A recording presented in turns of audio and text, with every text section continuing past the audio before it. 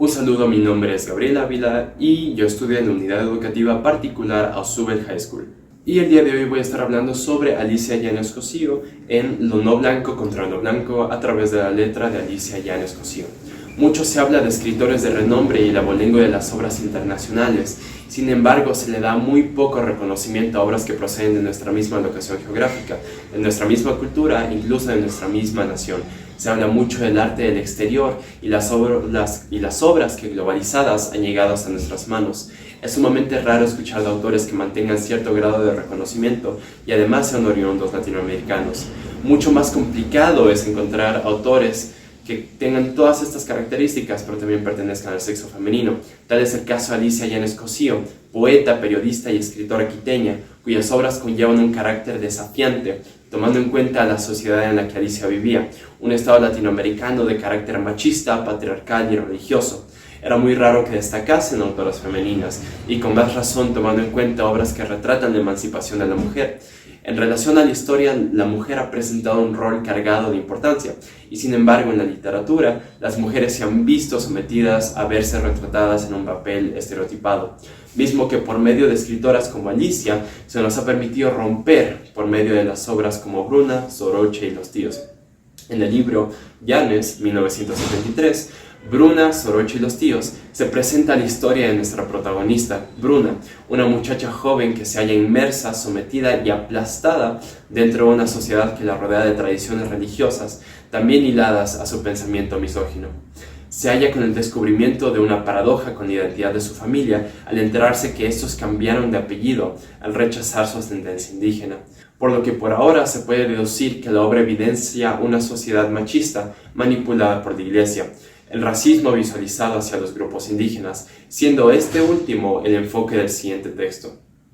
Todos los elementos que reflejan una problemática en el texto y son un eje para darle contexto a la obra, el racismo, la misoginia y la religiosidad, son vistos por Alicia Yáñez desde un punto liberal, entendiendo a los elementos mencionados como herramientas de manipulación de las masas, mismas herramientas que corresponden a épocas previas de nuestro presente y la publicación de la obra, 1973.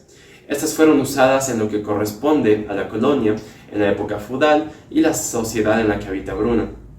La duda nace en el por qué se hace énfasis en estos pilares sociales. La respuesta es simple: todo implica poder. La misoginia es evidencia de que el poder se haya enfocado en grupos cerrados y destinados para el hombre. La religiosidad, porque la Iglesia también es influyente en el control de las masas. Y el racismo, porque el poder se acumula en grupos oligárquicos de gente blanca, que históricamente han estado en control por encima de otros grupos culturales y étnicos. No es solamente tener la tez blanca, es más que verse blanco, es el ser blanco y tener el proceder de lo que se considera blanco y no bárbaro. La cultura que engloba serlo.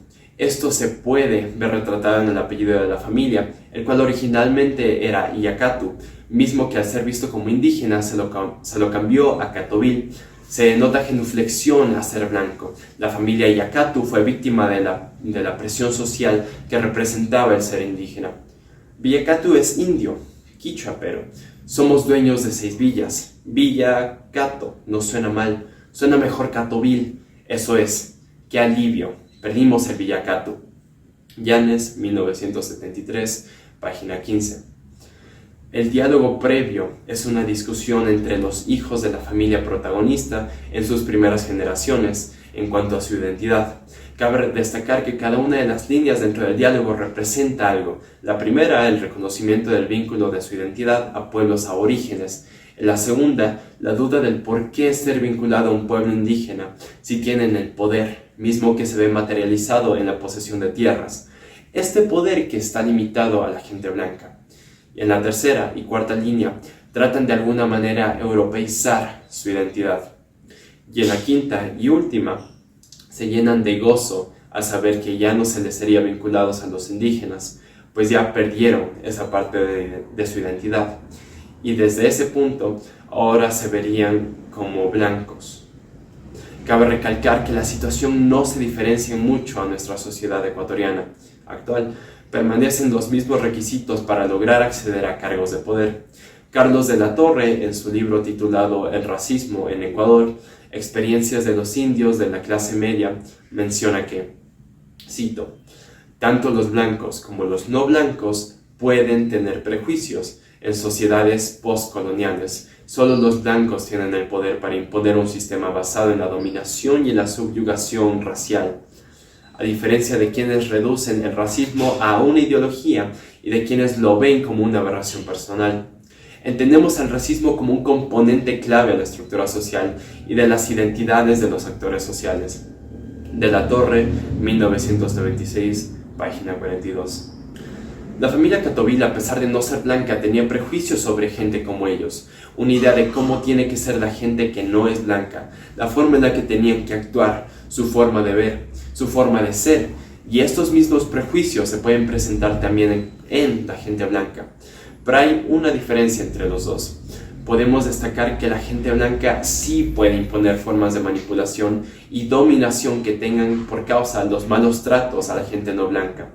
Carlos de la Torre nos permite ver diferentes posturas del racismo y las consideraciones en la misma. Puede ser una ideología, un pensamiento aberrante o una vista general, como puede ser considerada la clave de la estructura social. Históricamente, para evitarse problemas de ser percibido como nativo o como perteneciente a un grupo o etnia que no pertenezca a la blanca, los indígenas o descendientes de estos llegaron a generar mecanismos para no ser percibidos por su verdadera identidad.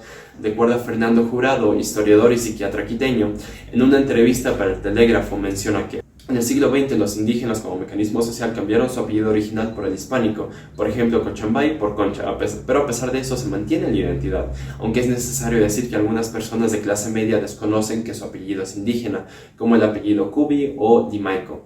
Jurado 2022. El poder tenía que caer sobre un grupo de personas y para diferenciar a este grupo de personas de otros se necesitaba de una selección a través de la condición racial, mismo que formó una parte clave para la distinción de entes capaces de mantener la posesión del poder, en especial Latinoamérica, pues la segregación se intensificó con la colonia, manifestándose por medio de ideologías y de antemano ha incrementado con la modernidad, teniendo en cuenta también que responde a los procesos de modernización capitalista. Bruna, Soroche y los tíos retratan una sociedad de 1970, sin embargo, no se aleja mucho de nuestra contemporaneidad, y a lo largo de la historia se ha presentado un carácter repetitivo. El norteamericano Albert Franklin, en su descripción sobre la población de Quito en Ecuador, Retrato de un pueblo, destacaba: el Quito de la gente decente es una ciudad, esa gente usa zapatos y corbata, un miembro de la familia tiene un empleo público, el Quito de la gente decente quisiera separarse del otro Quito, se burla y habla con aire de superioridad de lo anticuado y la simplicidad del Quito de pueblo. La gente decente forma un grupo fácil de definir. La manera mejor y más justa de hacerlo es decir que el grupo se compone de todos los individuos que acostumbran a manifestar de tiempo en tiempo. La gente decente no hace eso, o después de todo, somos gente decente. Esta gente está muy bien definida, aunque no con respecto a su posición en la sociedad, porque se le encuentra en todas partes, excepto en los lugares más bajos de la escala social. El principal criterio que guía el gusto de la gente decente es si un artículo o gesto o costumbre dado es o no ecuatoriano. Franklin, 1911, página 127. En la descripción se menciona al ecuatoriano decente, que no es más que el comportamiento y la moralidad correcta, cualidades que no podía poseer el otro, aquel que le pertenecía al no blanco. De acuerdo a Spinoza, 2003, en su libro titulado Mestizaje, Cholificación y Blanqueamiento, 2003, el ser cholo ha sido considerado como una posición vergonzosa desde el siglo XX hasta nuestros días, pues desde los valores de la época, el cholo o el mestizo se percibía como un error. Era la posición de la frontera entre el estatus del indio. Finalmente podemos concluir con escritoras como Alicia Yáñez Cosío representan la voz de un pueblo y un reclamo a la vez que una queja en sus textos. Por medio de la obra Bruna, Soroche y los tíos se logra comprender el contexto de su época, su cultura y su organización, incluyendo todo aspecto negativo o falencia. y por todo esto previo podemos comparar que tanto el Ecuador de antaño como el actual no presenta mayor diferencia. Los no blancos quieren ser blancos y hay toda limitante social y política para que estos no obtengan las mismas oportunidades. Dado esto, el no blanco rechaza la identidad del no blanco y adaptan patrones de comportamiento que buscan recrear la forma de ser y el proceder del blanco, entre otros, para no ser relacionado con lo indígena o lo no blanco.